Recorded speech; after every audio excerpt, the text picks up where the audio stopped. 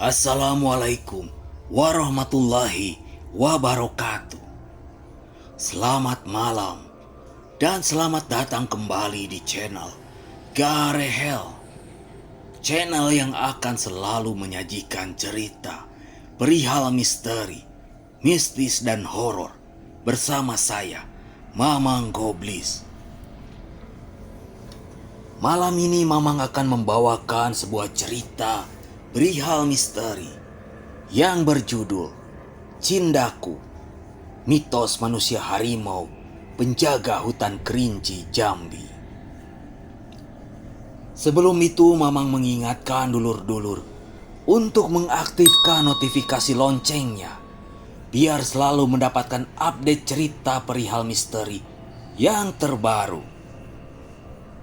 Dan juga bagikan cerita perihal misteri ini di sosial media dulur-dulur semua.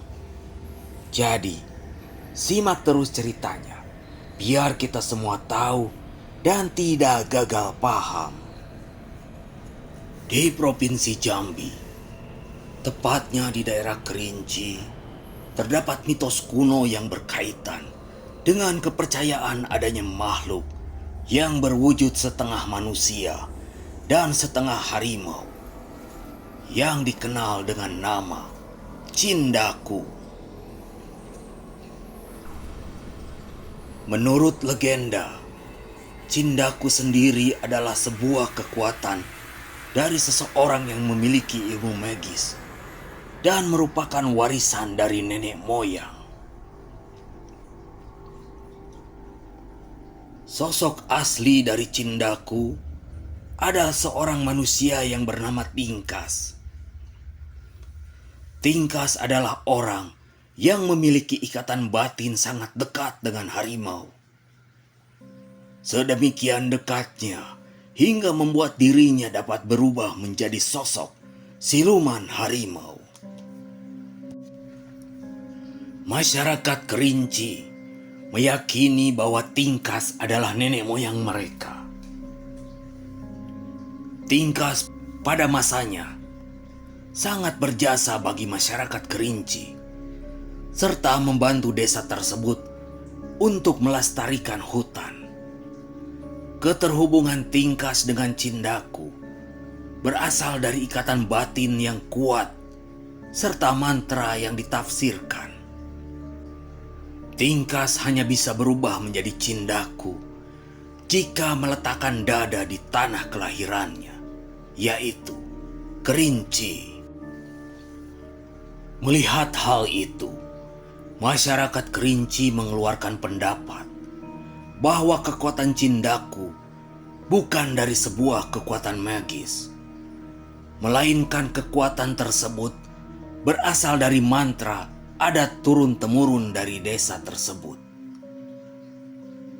Tingkas yang merupakan nenek moyang Kerinci membuat kesepakatan bersama dengan harimau agar saling menjaga satu dengan yang lainnya. Tingkas dapat mengubah wujud menjelma menjadi harimau.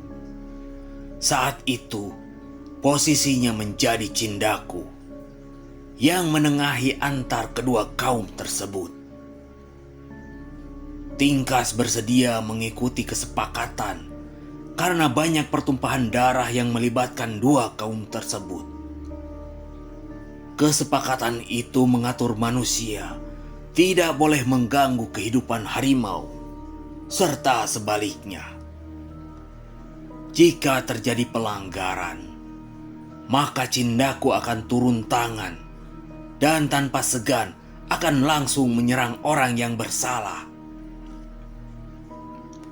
Hal yang sama berlaku bagi harimau. Jika harimau mengganggu dan membuat onar di kawasan manusia, maka ada sanksi tersendiri bagi si raja hutan. Perjanjian itulah yang diciptakan sebagai perjanjian batas wilayah. Sebuah kutipan pernah mengatakan mengenai perjanjian tersebut bahwa berlaku hingga ranting mati yang ditanami di tanah waktu itu tidak tumbuh berdaun apalagi berbunga. yang berarti perjanjian tersebut akan bersifat kekal dan berlaku hingga selamanya. Cindaku sendiri menyadari bahwa musuh terbesarnya adalah diri sendiri. Seperti yang diketahui, Cindaku memiliki sisi manusia yang berasal dari Kerinci. Meskipun tidak semua orang Kerinci bisa dipastikan sebagai Cindaku. Cindaku hanyalah orang-orang yang mewarisi darah tingkas saja. Tidak hanya itu, orang tersebut harus memiliki jiwa spiritual yang tinggi dan mampu menampung ilmu yang diwarisi oleh Cindaku. Jelas Azwar Sultan Malaka, sastrawan yang aktif meneliti tentang Cindaku. Kerinci dan harimau. Bagi masyarakat Kerinci, harimau bukan hanya sebagai satwa langka yang dilindungi pemerintah, namun lebih dari itu. Sebagian warga beranggapan harimau memiliki hubungan dengan sejarah tentang nenek moyang warga Kerinci. Kuatnya hubungan masyarakat dengan raja hutan ini terlihat pada kebudayaan masyarakat di hampir semua desa di Kerinci. Mulai dari silat harimau, tarian harimau, sampai dengan berbagai ritual yang dipercayai bisa mendatangkan harimau. Kepercayaan ini semakin menguat karena berdasarkan fakta yang beredar soal adanya warga Kerinci yang meninggal karena diterkam harimau. Padahal sebagian pemukiman masyarakat berbatasan langsung dengan Taman Nasional Kerinci Seblat atau TNKS, tempat habitat terbesar harimau Sumatera. Cerita tentang nenek moyang kita sebenarnya hidup berdampingan baik dengan satwa itu ada. Salah satu buktinya di Kerinci, Jambi. Arsitektur rumah panggung, sebagian kearifan lokal yang memungkinkan mereka hidup damai dengan satwa liar, termasuk harimau Sumatera. Kata staf komunikasi dan pelaporan Tiger Project, Hizbullah Arif, mengutip pikiran rakyat. Mitos Cindaku inilah yang membuat manusia Kerinci sangat menghormati harimau dan habitat hidupnya. Termasuk beberapa pantangan yang tidak boleh dilanggar saat berada di dalam hutan. Di antaranya, harus berperilaku sopan di dalam rimba, mengikat rambut panjang bagi perempuan, dan tidak boleh menggunakan periuk saat mengambil air. Mereka juga tidak boleh mematahkan ranting pohon dengan lutut, serta tidak boleh bekerja sia-sia atau berlebihan.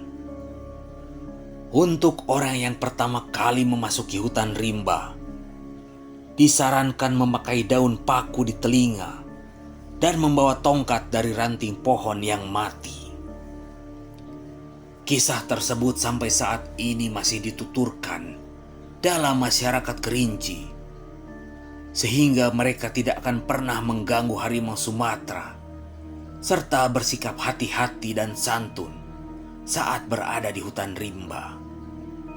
Jelas Iskandar Zakaria, tokoh budaya Jambi dalam Mongabai Indonesia. Di Kerinci, masyarakat berjanji tidak akan memburu atau membunuh harimau. Termasuk pula harimau tidak akan mengganggu masyarakat bersama hewan ternaknya.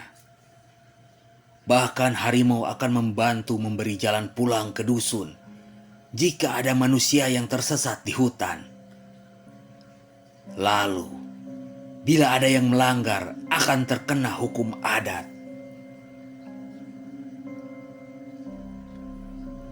Manusia yang membunuh harimau akan diusir dari dusun. Sementara jika ada harimau yang mengganggu manusia, dia akan diasingkan atau dibunuh oleh harimau lainnya. Jelas Iskandar. Jika ada orang yang melanggar tidak diusir dari dusun, maka bencana akan dialami masyarakat di dusun. Masyarakat atau hewan ternak akan dibunuh atau diganggu oleh para harimau. Jadi, masyarakat Kerinci sejak dahulu sangat takut untuk membunuh harimau. Dan harimau pun akan lari atau pergi jika melihat manusia, tambahnya. Tidak hanya itu, jika ada masyarakat yang menemukan harimau yang mati, mereka akan menggelar tarian yang disebut Ngagah Harimau. Tarian ini ditunjukkan untuk menghibur roh harimau dan dipentaskan sebagai kegiatan ritual agar harimau dan masyarakat tetap hidup damai dan terjauh dari konflik. Memang, sebagai salah satu wilayah pemukiman suku tertua, masyarakat Kerinci memiliki kearifan terhadap lingkungan tempat hidupnya.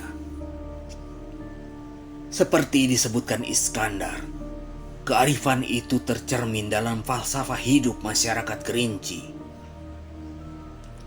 yakni orang hulu harus menjaga orang hilir. Misalnya masyarakat yang berada di wilayah hulu atau gunung sangat melarang siapapun membuang ranting atau batang pohon ke sungai, bangkai hewan, termasuk pula menutup badan sungai.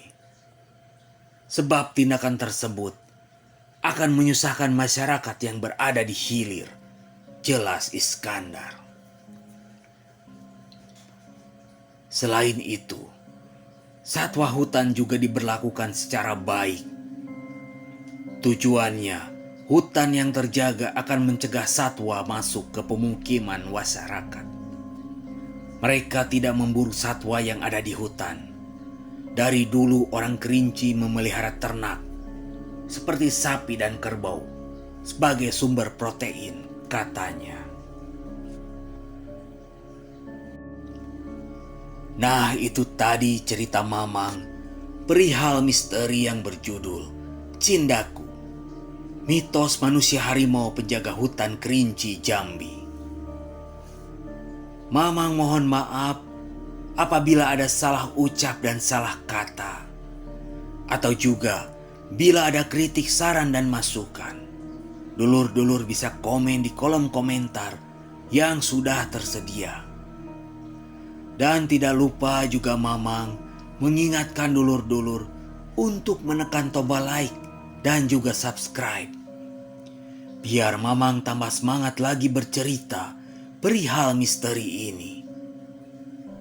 Dan tidak lupa Mamang mengucapkan banyak terima kasih kepada yang sudah menonton dan mendengarkan, serta Mamang doakan dulur-dulur semua agar diberikan kesehatan selalu, lancar jaya dalam segala hal, diberikan rezeki yang berlimpah, dan diselamatkan di dunia dan akhirat. Amin ya robbal alamin. Akhirul kata, saya Mamang Goblis beserta kru pamit undur diri. Wassalamualaikum warahmatullahi wabarakatuh.